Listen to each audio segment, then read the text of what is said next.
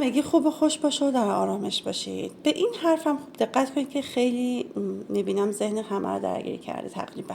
نگاه کنید این دوتا، یکی هستش که این بیرون بوده از دیشب، این یخچالیه همینه، یعنی این بره یخچال اینطوری میشه، این رنگی میشه. خب و اینم مال حیوان الاف هستش که ببینید چربی ها، رنگ چربی ها به اون حیوان ربط داره، ولی کلا از این دو حالت خارج نیست. خب حالا این دوتا چربی الاف هستش که من اینو یه مقدار تفت دادم، یعنی در واقع حرارت دادم، خب که نسکافه رنگ شد. اینو خیلی بیشتر حرارت دادم، حالا با مقداری فلفل تند. خب فقط حواستون باشه اگه کسی با فلفل تند درست کرد که بخواد برای ناحیه حالا عضلاتی جایی برای زخم باز نزنید فلفل تند و اینا رو، برای مثلا جای عضلات هرگز دست فلفلی رو به سمت صورتتون یا جاهای دیگه بدنتون نبرید که فقط اون قسمتی که میخواید کار کنید.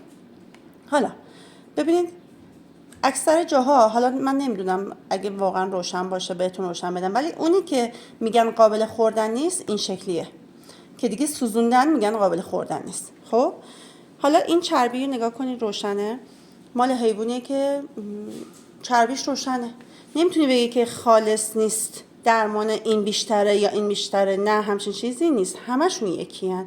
گاهی اوقات میشه که